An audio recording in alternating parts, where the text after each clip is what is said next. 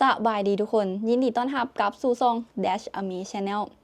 คลิปวิดีโอนี้ก่อนจะเข้าไปหาเนื้อหาเนาะไผ่ที่ยังบ่ทันได้มีบัญชี Binance และต้องการที่จะสมัครบัญชี Binance เพื่อเป็นการซัพพอร์ตซองของเฮาใต้ลิงก์คลิปวิดีโอนี้มีใต้คลิปวิดีโอนี้มีลิงก์ให้ทุกคนสมัครและทุกคนสามารถสมัครผ่านการสแกน QR Code ตัวนี้ได้เป็นการต่อลิงก์ของเฮาและเฮาตอบแทนทุกคนกลับโดยการในลิงก์นี้มีส่วนลดค่าธรรมเนียมการใช้งาน Binance ให้ทุกคน 20% ทุกคนสามารถเอาลิงก์ไปใช้ได้เพราะว่าเฮาใช้ยาวๆการช่วยลดค่าธรรมเนียมก็เป็นข้อดีอีกอย่างนึงช่องทางที่ติดตามของเฮาเนาะแต่ก่อนเดี๋ยวถ้าว่าไผจะสมัคร Binance แล้วบ่ฮู้ว่าต้องสมัครแนวไหนเฮาเฮ็ดคลิปวิดีโอไว้แม่นตัวนี้เนาะทุกคนการสมัคร Binance ในปี 2025 ทุกคนสามารถไปเบิ่งได้ท้ายคลิปวิดีโอมีการพาทุกคนเซตติ้งความปลอดภัยของกระเป๋าไว้อยู่ในหั่นและก่อนที่จะเข้าหาเนื้อหาวิดีโอเดี๋ยวเฮาบอกทุกคนก่อนว่าเฮาเปิดซอง TikTok บ่แม่นซอง account ใหม่ในแอป Twitter หรือว่า X ในปัจจุบันนี้เนาะชื่อว่า Crypto Voice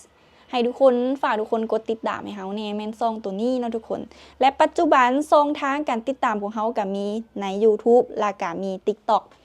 ก็เป็นซองเดียวกันเลย Dash Ami มีแต่ใน X เนาะเป็น Crypto Voice ทุกคนสามารถที่จะเข้าไปเบิ่งได้แล้วก็ใน Binance Square ก็เป็น Dash Ami ในหันเขาจะเขียนบทความยาวอยู่ในหันสำหรับไผที่มักอ่านทุกคนสามารถเข้าไปเบิ่งกันได้คลิปวิดีโอนี้หัวข้อก็คือ privacy coin หลายคนอาจจะยังบ่ทันเห็นเนาะทุกคนแต่ว่าเทื่อล่าสุดที่มีเหรียญหนึ่งที่พุ่งทะยานขึ้นไปจนจาก$50ขึ้นไปจนฮอด770ขึ้นแบบทะเยินทะยานไปเลยเนาะ to the moon ขนาดสุดๆก็เลยเป็นกระแสให้เฮาเฮ็ดคลิปวิดีโอนี้เว้าในเรื่องของ privacy coin เพราะว่าในต้นเดือนนี้เนี่ยเรื่อง privacy coin ค่อนข้างที่จะมาแฮงแล้วก็ฮอตฮิตก็เลยเอาหัวข้อนี้มาให้ทุกคนเบิ่งแล้วก็พามาเบิ่งเหรียญเด่นๆที่ทุกคนจะต้องฮู้ก่อนปี 2026 ที่จะไป privacy coin เพราะว่าการเป็นเทรนด์ในปีนี้มันจะเสื่อมไปจนฮอดปีหน้าได้เลยเนาะสำหรับตัว privacy coin นะตอนนี้ไผที่ยังบ่ทันได้เห็นเทรนด์ว่ามันมีเหรียญอีหยังแน่เฮาจับมาให้ทุกคนนี่มีอยู่ 3-4 อย่างก่อนเนาะเพื่อเอามาเป็นตัวอย่างให้ทุกคนได้เบิ่งกันปกติโมเดลก็สิเป็นคือกันและคำว่า privacy ก็คือเป็นเหรียญที่ private ติดตามธุรกรรมอีหยังบ่ได้ซึ่งคนที่มักเหรียญแบบนี้ก็จะเป็นเศรษฐีซะเป็นส่วนใหญ่เฮาจะมากันที่ของ Zcash Monero และก็ Dash เหรียญพวกนี้มีคำถามในโลกออนไลน์ตอนนี้ก็คือเหรียญพวกนี้ที่ตั้งตัวว่าเป็น privacy coin มีความปลอดภัยส่ำใดมีโอกาสที่จะปิดธุรกรรมได้อีหลีบ่หรือเขาเจ้าเสื่องได้บ่หมดถ้าจะลงทุนในพวกนี้มาฟังเหรียญนี้ให้มันเบิดก่อนเนาะทุกคน privacy coin ค่ะเจ้าให้นิยามมันก็คือเป็นคริปโตที่เน้นปกปิดรายละเอียดของธุรกรรมข้อมูลผู้ส่งข้อมูลผู้รับจำนวนเงินคือบ่ให้เบิ่งแหละออกจาก decentralized มาแล้วซึ่งมันต่างจาก Bitcoin บอนที่ว่าความโปร่งใสในการที่ให้เฮาเบิ่งว่าธุรกรรมทั้งหมดนี่โอนแนวใดคันอ่านเท่าใดมาได้ไสมันสามารถตรวจสอบได้ซึ่งมันต่างจาก privacy coinเหรียญ privacy coin อย่าง Monero หรือ XMR ใช้เป็น ring signature stealth แล้วก็ Zcash หรือ CEC ใช้เป็น Zcash Snark เพื่อเสื่องธุรกรรมได้แบบสมบูรณ์จุดเด่นให้ลองใช้จริงธุรกรรมนี้จะปลอดภัยจะบ่สามารถแกะรอยได้หรือบ่ข้าเจ้าก็ได้ลองใช้กันเป็นทีเรียบร้อยแล้วเนาะกะเห็นหลายคนเว้าในโลกโซเชียลก็บอกว่านี่แหละเหรียญของอนาคตที่จะมาในฟ้ากงข้ามกับ Bitcoin ราคาทะเยอทะยานจะไปฮอด Bitcoin กะหลายเหรียญเข้ามาก็จะเทียบกับ Bitcoin ซะเป็นหลักเนาะกระแสของตลาดและก็ปัจจัยที่ดันราคาขึ้นก็คือคันทุกคนได้เบิ่งในที่ผ่านมาเนาะมันสิมีการกดดันเว้าถึงในเรื่องของข้อมูลที่มันรั่วไหลชาวคริปโตบ่อยากให้มาติดตามธุรกรรมอีหยังกฎหมายอีหยังที่มันกระตุ้นให้ privacy น่าสนใจขึ้นก็ข่อยก็บ่อยากให้เจ้ามาติดตามข้อมูลของข่อยก็เลยเป็นปัจจัยที่ทะเยอทะยานเอาเหรียญ privacy พวกนี้เนาะดันขึ้นมาในเดือน11เดือนพฤศจิกของเฮาในเดือนนี้เนาะก็นี่ก็เป็นอีกปัจจัยหนึ่งสรุปก็คือข่อยบ่อยากให้ไผมาเห็นธุรกรรมของข่อยซ้ำนั่นเลยเนาะทุกคน